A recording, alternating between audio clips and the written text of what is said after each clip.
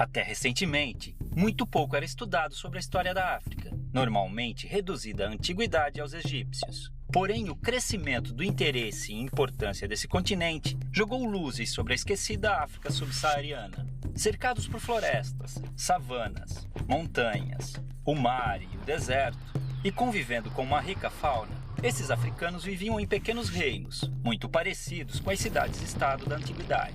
Dominavam técnicas de agricultura, metalurgia e mineração. Cultuavam diversos deuses e a natureza, acreditando num Deus maior e criador, que variava de nome entre as tribos. Evitavam guerras, estreitando laços através do casamento. Porém, quando o conflito era inevitável, não visava a expansão territorial. Com a exploração europeia da costa da África, os nativos começaram a ser capturados e enviados como escravos para a Europa. A rota do tráfico negreiro mudou a partir da colonização do Novo Mundo, e o comércio de seres humanos atingiu grandes proporções pela necessidade de mão de obra nas novas terras. Os portugueses dividiam os africanos em 3 grandes grupos: os sudaneses, os guinenos sudaneses muçulmanos e os bantus, todos representando uma determinada região do continente e tendo destinos diferentes. O Brasil recebeu cerca de 40% de todos os escravos africanos trazidos para a América, já que demandava mão de obra para trabalhar em suas culturas de cana-de-açúcar no Nordeste, no ciclo de ouro em Minas Gerais e nas lavouras de café do Rio de Janeiro no século XIX. O transporte desses povos, amontoados nos porões dos navios negreiros, era feito em condições desumanas, e muitos acabavam morrendo na travessia marítima, tendo seus corpos jogados ao mar.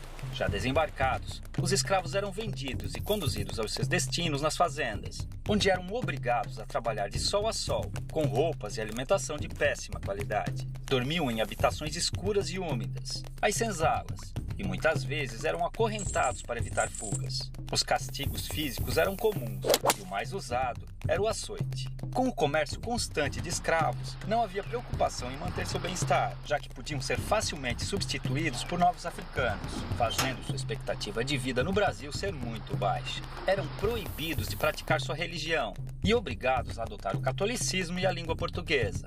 Mantiveram sua cultura viva, realizando seus rituais africanos escondidos, criando até um tipo de luta, a capoeira. A maior parte dos africanos traficados para o Brasil eram homens, por serem mais valorizados nos trabalhos forçados. As mulheres, que não eram aproveitadas nas lavouras, viravam escravas domésticas, as chamadas mucamas. Nessa época, independente da origem ou etnia, as mulheres eram subordinadas aos homens em seus caprichos. A mulher negra e escrava vivia situação ainda mais degradante, sendo colocada como mero objeto sexual do homem branco. A miscigenação entre africanos, europeus e indígenas foi ponto-chave na constituição da população brasileira. As revoltas eram muito comuns nas fazendas, fazendo com que grupos de escravos organizados fugissem e formassem nas florestas os famosos quilombos, onde viviam em liberdade em comunidades similares às que existiam na África. Alguns escravos também conseguiram comprar sua liberdade adquirindo sua carta de alforria. Com o constante crescimento do sentimento abolicionista, o fim da escravidão era questão de tempo. Infelizmente, apesar de promover sua liberdade jurídica, a abolição não garantiu condições de vida dignas para os ex-escravos. A realidade que encontraram foi cruel, pois não possuíam moradia, condições econômicas ou assistência do Estado, fazendo muitos negros passarem por dificuldades após a liberdade.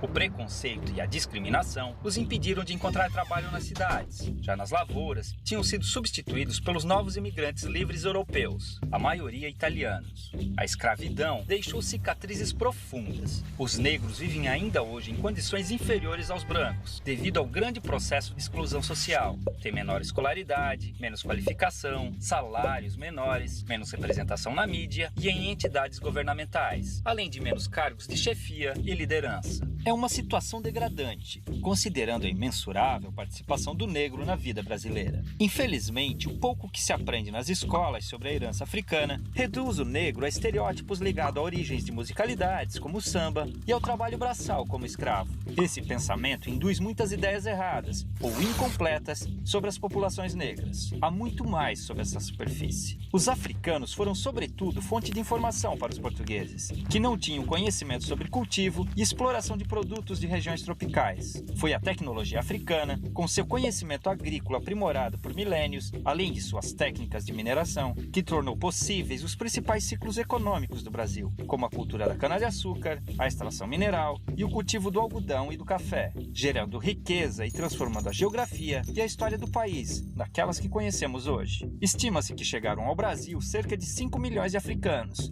entre os anos de 1500 e 1850, de um total de 6 milhões que deixaram forçados a África com destino ao país. É uma vergonha que ainda hoje seus descendentes passam por diversos tipos de privações e violências, em um país cuja colonização africana foi muito maior que a europeia. Felizmente, graças à luta do movimento negro, diversas injustiças históricas estão sendo corrigidas, vislumbrando um futuro de esperança, inclusão e igualdade para um povo que sangra, mas resiste.